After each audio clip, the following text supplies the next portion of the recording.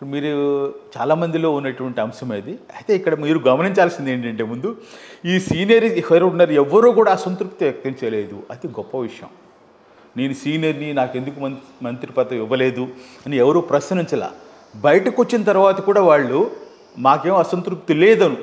Chintakala Ayyanna Patrudu senior, అట్లాగనే యనమల రామకృష్ణుడు, అతను బుచ్చయ్య చౌదరి, గోరెంట్ల బుచ్చయ్య చౌదరి, వీళ్ళంతా చాలా సీనియర్స్. గోరెంట్ల బుచ్చయ్య చౌదరి 7 సార్లు ఆయన శాసనసభ్యుడిగా ఉన్నారు. ఆయన కూడా నాకు అసంతృప్తి లేదండి అని చెప్పాడు. ఎందుకంటే ఇక్కడ ప్రజలు కాన్సెప్ట్ వాళ్ళు అర్థం చేసుకున్నారు. ఎందుకు మనకి ఇంత మెజారిటీ ఇచ్చారు, మంచి పాలన అందిస్తారని. అంతేగాని మనం అధికారం కోసం కొట్టుకుంటామంటే వాళ్ళకి భయం వేసిందనమాట. ప్రజలు కనుక మనల్ని తిరస్కరిస్తారు కాబట్టి ఎవరైతే సీనియర్స్కు సమతుల్యంగానే చేశాడు. కొత్త వాళ్ళకి 10 మంది దాదాపు ఇచ్చాడు దానికి సంబంధించి యూత్. ఎందుకంటే ఆయన ఇప్పుడు ఒక రకంగా చెప్పాలంటే బాగా చివరి దశలో ఉన్నటువంటి ముఖ్యమంత్రి గారు. అంటే ఈ టర్మ్ కంప్లీట్గా చేసేస్తే హ్యాపీగా ఉంటుంది దానికి. నెక్స్ట్ టర్మ్కి దాదాపు 80s దగ్గరికి వెళ్తాడు ఆయన. ఇప్పుడు 72, 74 ఉన్నాయి అన్ని దానికి సంబంధించి. సో అప్పటికి అదృష్టం బాగుండి చేస్తే చేయొచ్చు రెండోసారి. లేదంటే కాబట్టి ఈలోకి కొత్త వాళ్ళని తయారు చేయాలి కదా మంత్రుల్ని.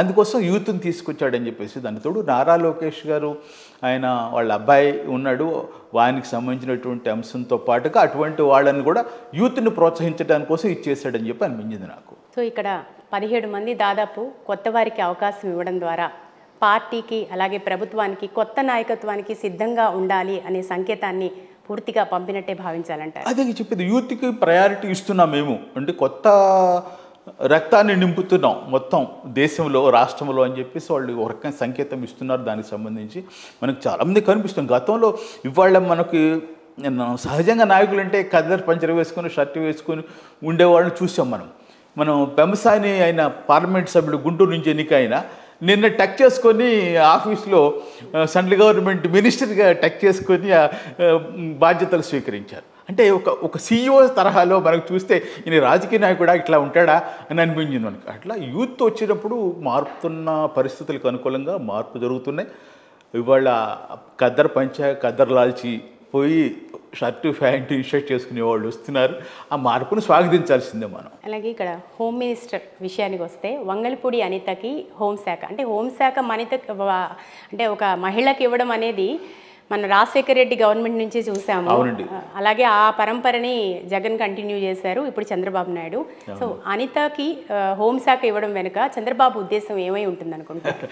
ఇప్పుడు అందరూ గతంలో ఇచ్చారండి. ఎస్సీ సామాజిక వర్గానికి చెందిన వాళ్ళు మహిళలకే ఇచ్చారు. అదే ఎస్సీ సామాజిక వర్గానికి సంబంధించిన మహిళలకి తాను కూడా ఇవ్వాలనుకున్నాడు, ఇచ్చాడు. దీనికి సంబంధించి వీటన్నిటికి మించి అనిత గారు వచ్చేసి వంగలపూడి అనిత గారు వచ్చేసి మంచి స్ట్రాంగ్ మహిళ. ఆవిడ దేనికి కూడా ఆవిడ మొహమాటానికి వేసే మనిషి కాదు. స్పష్టంగా చెప్పింది కూడా, బాధ్యతలు తీసుకున్న తర్వాత కూడా కక్ష సాధింపు ఉండదు, కానీ తప్పు చేసే వాళ్ళని వదిలిపెట్టే ప్రసక్తి లేదు. ఈ 2 అంశాలు కూడా ఆవిడ స్పష్టంగా చెప్తున్నారు. దానికి సంబంధించి ఆవిడ స్టబర్న్గా ఉంటారు కాబట్టి కొన్ని అంశాల్లో మహిళలు బాధ్యతగా వ్యవహరిస్తారు కంపేర్గా చూసుకుంటే మగవాళ్ళకని చెప్పేసి ఒక నమ్మకం ఉన్నది దానికి సంబంధించి. రెండోది దిశకు సంబంధించినటువంటి మహిళలకు సంబంధించిన అంశాల్లో ఎక్కువ వాళ్ళే సఫర్ అవుతుంటారు కాబట్టి స్పందించే కూడా మహిళలకు ఎక్కువ ఉంటుంది కాబట్టి మహిళకి ఇవ్వడానికి కూడా అదొక కారణమై ఉంటుందని నేను భావిస్తున్నాను. అంతేకాకుండా చాలా దూసుకుపోయే మనస్తత్వం చెప్పాను కదా, చాలా స్టబర్న్ చెప్పాను కదా, చాలా స్పీడ్ ఆవిడ, చాలా స్పీడ్. మనకు నుంచి జగన్ పరిపాలనలో జరిగిన చాలా విషయాల పట్ల స్పందించిన తీరు నిజంగా అభినందనీయం. చాలా ఇప్పుడు భాషాపరంగా కూడా ఆవిడ స్పందించింది. కొన్ని పదాలు అన్పార్లమెంటరీ లాంగ్వేజ్కి సంబంధించి మహిళలు వాడటం ఏంటి అని అంటే తప్పే ఉంది దీంట్లో, వాళ్ళు వాడుతున్నప్పుడు నేను ఎందుకు వాడకూడదు అని చెప్పేసి కూడా ఆవిడ క్వశ్చన్ చేశారు దానికి సంబంధించి. సో కాబట్టి అంత స్ట్రాంగ్ మహిళ ఆవిడ స్టబర్న్గా ఉన్నారు. ఆ గొప్పతనం కావాలి హోమ్ మినిస్టర్కి, ఆ గట్టితనం కూడా ఆవిడలో ఉన్నది. దానివల్ల ఆ శాఖకు న్యాయం జరుగుతుందని చెప్పి అనుకుంటున్నాను నేనైతే. అలాగే ఆర్థిక శాఖ విషయానికి వస్తే పయ్యావుల కేశవ్కి ఆర్థిక మంత్రి అంటే ఆయన పబ్లిక్ అకౌంట్స్ కమిటీ చైర్మన్గా పనిచేశారనుకోండి, ఆల్మోస్ట్ వాళ్ళు ఆర్థిక శాఖకి షాడో అనుకోవాలి. కానీ ఎక్కడ డైరెక్ట్గా మంత్రిగా అనుభవం లేని పయ్యావుల కేశవ్కి ఆర్థిక మంత్రి ఇవ్వడం పట్ల మీరు ఏమంటారు? అంటే ఆయనకి మంత్రిగా అనుభవం పక్కన పెడితే సీనియర్ శాసనసభ్యుడు ఆయన, దానికి సంబంధించి మంచి వాగ్దాటు ఉన్నవాడు. దానికి సంబంధించి ఇప్పుడు గతంలో చేసిన అందరికీ బుగ్గన రాజేంద్ర ప్రసాద్ గారు చేశారండి. ఆయనకి అనుభవం లేదు, గతంలో చేసిన ఆయన కూడా లేదు. ముందు ఆ నాలెడ్జ్ ఉండాలి. ఆయనకి knowledge public accounts committee chairman ఉండటం వల్ల ఆయనకి చాలా నాలెడ్జ్. మీరే చెప్పారు షాడో ఆర్థిక మంత్రిలాగానే ఉంటుందని చెప్పి. ప్రతి అంశం కూడా ఆ పబ్లిక్ అకౌంట్స్ కమిటీకి వెళ్తుంది. ఆర్థిక శాఖ ఖర్చు పెట్టే ప్రతి రూపాయి కూడా ఆ కమిటీకి వెళ్తుంది. ఎక్కడ ఏ శాఖకి ఎట్లా ఖర్చు పెడుతున్నారో తెలుస్తుంది దానికి సంబంధించి. సో కాబట్టి ఆయన సమర్థంగానే నిర్వహిస్తాడు. దానికి సంబంధించిన అవగాహన ఉంది. సో సీనియర్ ఉన్నాడు, దానికి సంబంధించి సీనియర్గా ఉన్నాడు కాబట్టి ఇబ్బంది ఏమి ఉండదని చెప్పి నా అభిప్రాయం. ఓకే అండి. అలాగే నారా లోకేష్ విషయానికి వస్తే ఇంతకుముందు విమర్శలు ఎదుర్కొన్నారు, దొడ్డిదారిని వచ్చారు, పొలిటికల్ వారసుడు అని చెప్పి. కానీ ఇప్పుడు మాత్రం మంగళగిరిలో చాలా భారీ మెజార్టీతో రైట్ ట్రయల్గా అడుగుపెట్టారు. ఇప్పుడు మంత్రిగా మంత్రి పదవిని అలంకరించబోతున్నారు, ఐటీ శాఖ మంత్రిగా, అలాగే హ్యూమన్ రిసోర్సెస్ హెచ్ఆర్డి సంబంధించి. సో ఇప్పుడు ఈ కీలక పాత్రలు ఎట్లా ఉండబోతుందంటారు నారా లోకేష్కి సంబంధించి? లోకేష్ గారిలో మీరు గమనించారో లేదో పరిణితి చాలా బాగా కనిపిస్తుంది. గతంతో ఉన్నప్పుడు దూకుడు వేరు, ఇవాళ ఉన్నటువంటి పరిణితి వేరు. ఎంత గొప్పగా చెప్పాలంటే వేదిక మీద ఆయన ఒక తెలుగుదేశం పార్టీ జాతీయ పార్టీకి ప్రధాన కార్యదర్శి. ఆయన ఏం చేశాడు, పవన్ కళ్యాణ్ గారికి పాదాభివందనం చేశారు వేదిక మీద. ఆయన వద్దన నివారిస్తున్నా కూడా చేశాడు. అంటే అక్కడ పరిణితి అర్థం చేసుకోవాలి దానికి సంబంధించి. అంటే ఆయనలో సంయమనం ఎక్కువగా కనిపిస్తుంది దానికి సంబంధించి. కాబట్టి ఆయన సక్సెస్ అవుతాడు. ఐటీ పట్ల ఆయనకు అవగాహన ఉంది. గతంలో కూడా ఐటీ మినిస్టర్ చేశాడు ఆయన.